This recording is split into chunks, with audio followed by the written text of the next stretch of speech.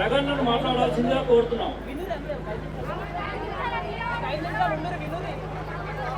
భూంపల్లి గ్రామ ప్రజలందరికీ నమస్కారం. ఓ అమ్మ ఇట్లా పోతురేందమ్మా, అట్లనే పోతురేంది?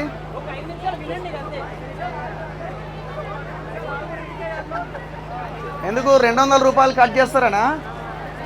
అంతేనా? ఎట్లా అమ్మా ఎలక్షను? మీ గ్రామ నాయకుడిని 5 ఏళ్ళకి మీరు ఎన్నుకోబోతున్నారు. 200 రూపాయలు 5 ఏళ్ళకి లెక్క కట్టురు ఒకసారి. ఎంత అయిద్దో? రోజుకి ఎంత అయింది? ఆటానన్నా అయిద్దా? ఆటానా చారానా? రూపాయి 2 రూపాయలు పైసలు తీసుకొని మనం ఓటేయొద్దమ్మా దయచేసి. మేము అందుకే వచ్చినాం. మాది ఏ పార్టీ కాదు, దయచేసి అర్థం చేసుకోండి. ఇలా వెనకాల ఏ జెండాలు ఉన్నాయేమో మీరు అనుకుంటున్నారేమో. మేము ఏ పార్టీ లీడర్లం కాదు, నాయకులం కాదు. మేము జర్నలిస్టులం, మీడియా వాళ్ళం. కాబట్టి మేము కొంత అవగాహన కల్పించడానికి వచ్చినాం. నగేష్ మీ ఊరే కదా? నగేష్ మీ ఊరే కదా? మీ ఊరే. మీ నగేష్తో కలిసి తిరిగే వాళ్ళమే మేమంతా కూడా. సో మా గ్రామంలో కొంత చైతన్యం తీసుకురావడానికి కొంత అవకాశం ఇవ్వండి మాకు అంటే ఇక్కడ ఇంత దూరం రావడం జరిగింది. నేను, పృథ్వీరాజ్ గారు, వీళ్ళందరూ కలిసి. ఎవరికి ఓటేయబోతున్నారు మీరంతా? పైసలు ఇచ్చిన వాళ్ళకా? పైసలు ఇచ్చిన వాళ్ళకా? మంచోళ్ళకా? ఏమమ్మా మంచోళ్ళకే వేస్తారా? ఏమో మరి ఇక్కడ ఆగుతలేరుగా, పోతూనే ఉన్నారుగా. ఇప్పుడు డబ్బు ఇవ్వమంటారట కదా 200. ఒకవేళ మీరు వేరే వేరే మీటింగ్లకు పోతే అట్లా బెదిరిస్తురా? ఇవ్వకపోని అదే మాట మీద ఉండురి. మరి ఊర్లో మన గ్రామంలో అందుబాటులో ఉండే వ్యక్తిని మనం గెలిపించుకుందామా? హైదరాబాద్ నుంచి సూట్ కేసులల్లో నోట్ల కట్టలు తీసుకొచ్చి ఓటుకి 2000, 3000, 5000 ఇచ్చి మందు దాపించి గాయగత్తర చేసి ఎలక్షన్లు అయిపోయి గెలవంగానే మళ్ళీ హైదరాబాద్కి చెక్కేసుకోవాలని గెలిపించుకుందామా? ఉన్నూరోళ్ళు కావాలన్నా?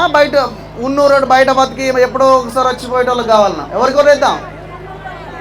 మరి ఆలోచించాలి కదా మనం.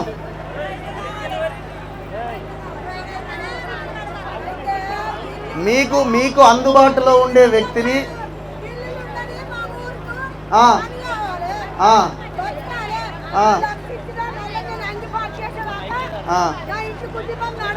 ఓకే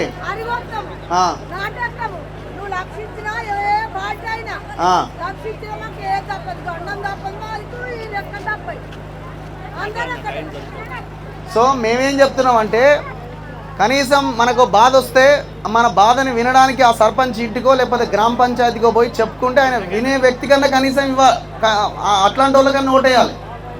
ఇప్పుడు మీకు హైదరాబాద్ నుంచి వచ్చిరమ్మా, మీరు ఓటేసి గెలిపించి అవతల పడ్డాడు. ఆయన ఏం చేస్తాడు?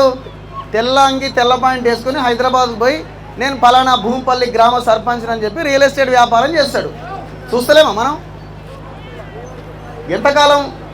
ఎంతకాలం ఆలోచిస్తాం? ఎవడు ఏం చేయడు, మనకి ఇట్లనే ఉంటాం. ఎవనోని కోటేద్దాం అని అనుకుంటూ పోతే మన బతుకులు ఇట్లనే ఉంటాయి.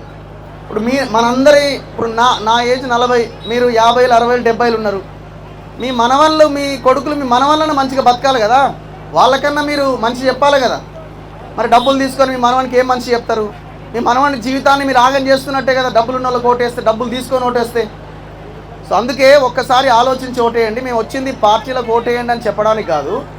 పైసలు తీసుకోకుండా, ప్రలోభాలకి లొంగకుండా, మందు సీసాలకు కాకుండా మీ ఉన్న ఊర్లో ఉన్న వ్యక్తిని గెలిపించుకునే ప్రయత్నం చేయండి. పైసలు ఉన్నోడు ఇలా మనకేం చేయడు. పైసలు ఉన్నోడు ఖర్చు పెడితే ఆ పైసలు మళ్ళా మనం ఎట్లా సంపాదించుకోవాలని మన దగ్గరికి వస్తాడు. ఆలోచించండి. ఇంకొకటి మేము చెప్తున్నాం ఏంటంటే మన వర్గాలు మొత్తం దాదాపు 90% మన వర్గాలే ఉన్నారు. ఎస్సీలు కానీ, ఎస్టీలు కానీ, బీసీలు కానీ, మనం అంతా మన ఓట్లు మనం వేసుకోవాల్సిన సందర్భం ఇది. అర్థమైందా? మన ఓట్లు మనం వేసుకోవాల్సిన సందర్భం. ఇప్పుడు వెంకటయ్య గారు ఉన్నారు కానీ ఆయన ఎస్సీ ఎస్టీ కమిషన్ చైర్మన్, కానీ ఆయన మరి ఒక ఎస్సీని ఇక్కడ నిలబెట్టినా అయిపోయేది. కానీ అవకాశం ఉంది కదా జనరల్ సీట్లో ఎస్సీకి కూడా అవకాశం ఉన్నది. మరి ఆయనకైనా ఇచ్చిన్నా కొంత అద్భుతంగా ఉండేదేమో. వాళ్ళని కూడా మనం అందరం కలిసి గెలిపించే వాళ్ళమేమో. కానీ ఆయన కూడా అవతలి వాళ్ళకే టికెట్ ఇచ్చిండు. అందుకే ఆలోచించి ఓటేయండి. మేము ఓన్లీ ఓట్ అవేర్నెస్ కోసమే ఇక్కడికి రావడం జరిగింది. డబ్బులకి లొంగకండి, డబ్బులకు ఓటేయకండి.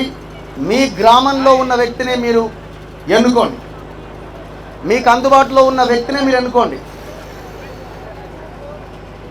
ఓట్ల ద్వారా గెలిచి మళ్ళీ బయటికి వెళ్ళి రియల్ ఎస్టేట్ వ్యాపారం చేసే వాళ్ళ జోలికి వెళ్ళకండి. మీ గ్రామం, మీ గల్లీ ఏంది, మీ ఇల్లు ఏడుంది అన్నది కనీసం అవగాహన ఉండాలి కదా. ఒక అవ్వని, ఒక బిడ్డని చూసినప్పుడు పేరు పెట్టి పిలవాలి కదా. సో ఆ కోణంలో ఆలోచించి మీరు నిర్ణయం తీసుకోండి. అనవసరంగా అటు ఇటు కాకండి.